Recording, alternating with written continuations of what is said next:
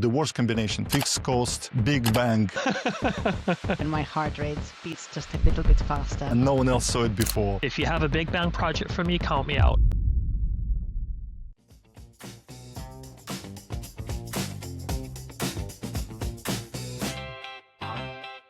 And the number today is 75. Gartner estimates that 75% of ERP projects, but we're going to talk about non-ERP CE everything because I think the rule applies. 75% of projects fail, that by 2027, more than 70% of recently implemented ERP and I think non-ERP initiatives will fail. As many as 25% of them will fail catastrophically, which I think means people lose their jobs. Which part of your delivery lifecycle, from your experience, do you treat as the most dangerous? Is it design? Is it go live? Is it the adoption? Design, go live, or adoption. I want to be optimistic and say delivery succeeds. My primary point of failure is going to be design and planning. Whatever you do before delivery starts, whatever you call it, design, planning, requirements gathering, in my opinion, that's the riskiest of those three. Well, see, for me, I feel like the go lives are when my heart rate beats just a little bit faster than the rest of the phases,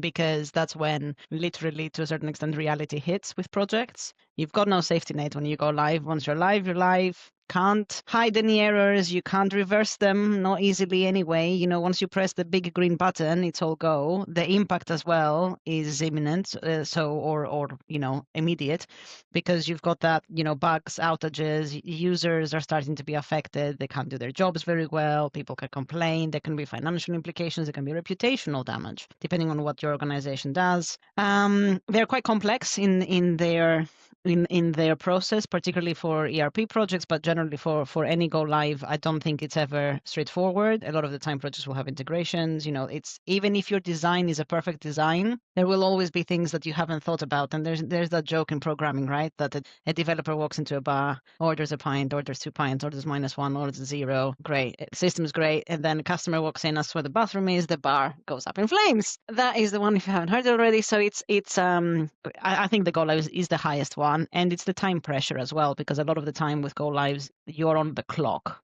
Mm-hmm. Whereas I think the other phases, you can delay them, you can postpone them, you can add more time. Obviously, there's consequences to that, don't get me wrong. But with go lives, a lot of the time, you are against the clock as well. So I would say risk level wise, the highest for me is go lives. Very closely followed by adoption after the go live. I wouldn't disagree. Poor design choices can lead to kind of issues downstream, but theoretically, you should be able to fix that. So for me, the risk is not that high unless you make a very fundamental design flaw and you need to chuck the whole thing in the bin and start again. 9 times out of 10, if you have a design problem, you can fix it, I think. So not as risky for me. Yeah, from delivery point of view, the most nerve-wracking is that moment when you go live. All go live does is uncovering minefield you set up or you didn't set up during design phase. I usually not as much concerned about technology design issues because you can always fix it, you can negotiate, but it's more commercial, more like expectation management, commercial side of the things. Customer might have expected if they go live, every single region goes live. And no one had that conversation that there are multiple regions, etc., etc. So you can have those discoveries, those unmet expectations blow up and go live if you're lucky enough to have everything else go smoothly. If all your features are in place, no bugs, then you still have to uncover what was the real expectation. And by the way, we need to make a feature here that's actually MS Dynamics World. Our friends from MS Dynamics World, they published that news. First of all, you need to have multiple go lives, and maybe that's why ERP was mentioned. ERP usually has a waterfall, less agile, though I think even everything now is agile. It's number one. And number two, design phase, you need to focus more on risks rather than on expectations and features they ask. Spend as much time as possible discovering risk and reduce discovery of those risks at the go live phase. I can definitely buy into both of your opinions. Maybe I'm not, for some reason, just not that nervous about the actual pressing of the green button. I think my worry is when we are in the design phase and we don't spend enough time there. We don't do our due diligence in that. We don't do a good enough a job in that. And we think that what we are going to put in place with that big green button is going to solve problems that it's actually not going to solve.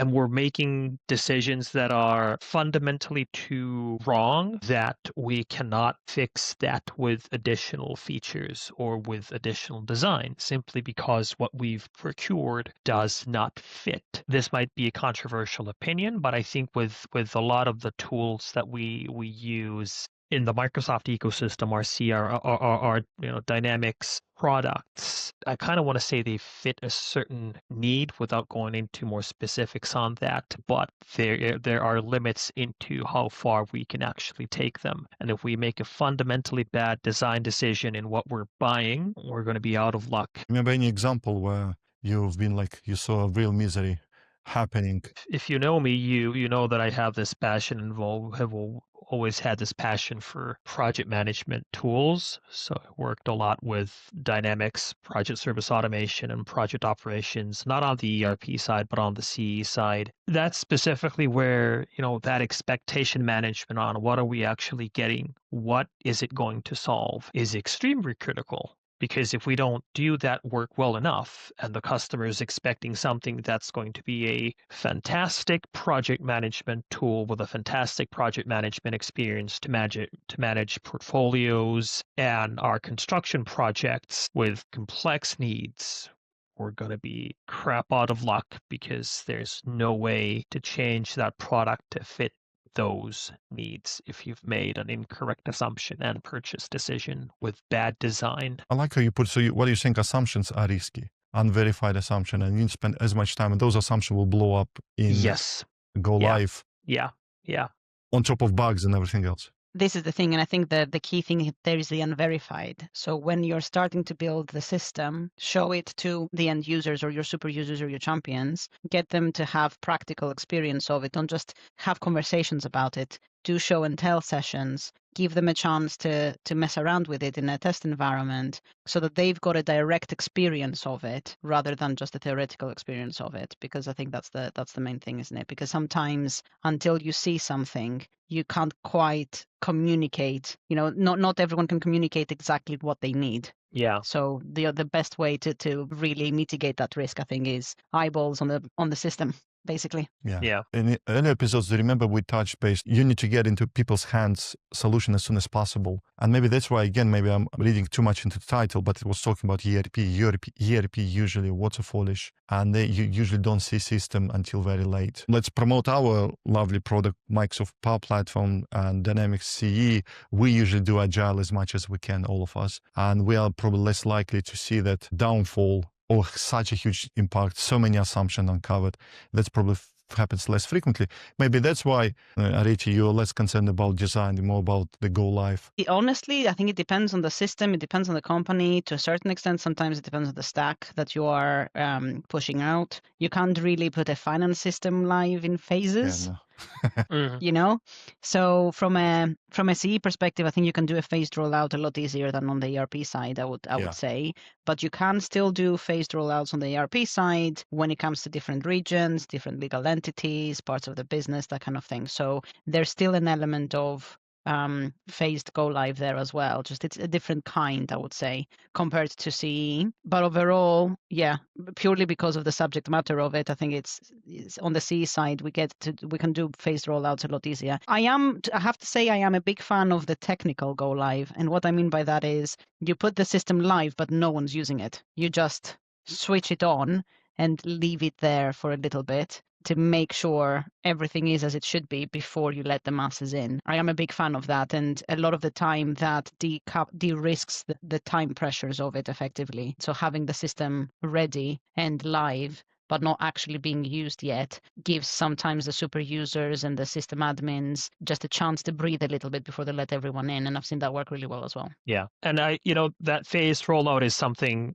And again, it's been a few years since I worked with C and the ERP side, so things might have changed. But that phase rollout, again, kind of coming back to, for example, project operations, is something that you absolutely need because you have to have that financial backend and your financial system in place first before you can roll out project management and accounting. I want to argue it's the same for something like SCM. You need to have your financials in place first before you can actually do projects. But the thing there is that you have to understand what you're doing with your projects, and are you using CE or not, and do you have an existing CE or not, so that you can do that phased rollout. So you have to have that financial backend in place. Then you have to choose your next system to put in place. Maybe it's project operations on CE that's integrated with F&O, and you have to do that in a certain manner versus running your projects in, project management and accounting, which is also project operations on F&O. So those kinds of things, you do need to have a clear roadmap and an incremental, there's kind of step-by-step approach to your rollout. With certain things, prerequisites in place first. But the big picture, understanding where you want to be in something like that, easily 2 years, perhaps, you've spent 6 months to a year with your financials, and then 6 months to a year with your, project management and accounting or your project operations. You really need to understand where you want to go, and that awareness of where are we going and in which phases and steps. Again, back to that planning. That's something where I'm not that confident that there's always a lot of good visibility into that, because you kind of have to stretch your overall budget into 2 or 3 years from start to finish. And that's why where my skepticism really is. Would you say that, generally speaking, big bangs are fast but risky, and phased go lives are safer and flexible? Do we generally recommend a phased go live, and you only do big bang if you have to? Would you say that we Definitely, are in agreement on that? Definitely, I would not want to be a part of a big bang. If you have a big bang project for me, count me out. I don't want to be a part of that. Okay, so Antti is a hard no. Yeah, I'm a hard no on that. Yeah. So big bang, I would probably opt out. Well, I would definitely say no to a fixed cost. So the worst combination: fixed scope, fixed cost, big bang. It's a hard no for me. Would be. Does someone do fixed price CRM implementations? Yeah, I know. Oh, I know wow. it happens. Oh yes. I will suggest not to, but it's sometimes it happens. I know. Not in my experience. I'm lucky enough to be able to push back. Antti, I've got a question. What if you've got a situation where your legacy systems are unstable or they're becoming obsolete, and the phased approach, there just isn't time for it, because you'd have to renew licenses for the legacy systems, or they're coming out of support, or whatever the case might be, or there is a need for doing things quickly, basically, and the users are ready, and the tolerance is high for a big bang, and it's not a complex project. Would you then do a big bang, or would you always be no? Like, is there any time when a big bang is better than a phased approach? Being devil's advocate here. Perhaps there is. Still, I would not want to be a part of that. I wouldn't want to test that. I had an actual case some years back where a customer was using nowadays HCL notes, Lotus, IBM, these days HCL notes. It was a medium-sized customer, medium-sized enterprise. Our market is different than yours, and they had all their infrastructure, everything, all their systems, all their apps, everything interconnected, intertwined in HCL notes. Everything ran on that, everything. They had to replace that with a new system. And everything was so interconnected that they would have had to build a CRM, an ERP, logistics, SCM, all that's like everything from scratch. Pretty much all at once, because you miss out on a module, you can't deliver, you miss out on logistics, you can't deliver, you miss out on finance, you're bankrupt, you miss out on project management, you're still bankrupt. First off, it's too big for them to handle with a couple of resources. For a medium-sized company, too big for them to handle. You don't have the budget for that, and on top of that, I'm out. So what was the argument which convinced them to go back? You out, or what you said before? I don't know if they ever did anything, if they're still on HCL notes. Do you think, though, for small and medium-sized businesses, that there is the argument to say go live with out of the box? Yes. No customizations. Yes. Just take it all, go live with it all, out of the box, transfer the data. Yes. Later. I am a firm believer in getting to value quickly, moving to production and moving to value quickly, and then iterating on what we have. And I think with some of the tools that we have, and it's not always this simple, but for example, CE sales, I want to believe you can get to value quickly. You don't always have to do 6 months to get to value. Obviously, you have things like integrations, these kinds of things that might take a little bit of planning, but if all you need is lead and opportunities, just go with it. get to value quickly, start with out of the box. Let's see where we can go from there. Just plan it. I mean, sometimes if you go with out of the box, then it's hard to do those changes afterwards. I understand that. So you do need to do some planning rather than wait for months at end. Get to value quickly. Get moving. Areti, I can tell you have in mind a scenario where big bang is the best option. It feels like. Yes, I think a phased approach is good, but sometimes if there is no particular reason why you should do phased and you prefer to do big bang, you should do big bang. I'm very much Switzerland when it comes to whether a company will do big bang or phased, unless I can see a good reason why a big bang is a very, very bad idea. And sometimes a big bang is a very, very bad idea. So if you know you have a very complex project, right? Your tolerance for risks and issues is very low. The users are not particularly ready. You don't have people available. To Anti's point, right? If you don't have the people to support a big bang, you can't really do it. Or if you do it, it'll be catastrophic, right? If you can afford to do a gradual rollout, why would you do big bang? Because it puts a lot of pressure on people at the end of the day. I'm open to both. I'm not as anti. No pun intended. I'm not as anti Big Bang as anti.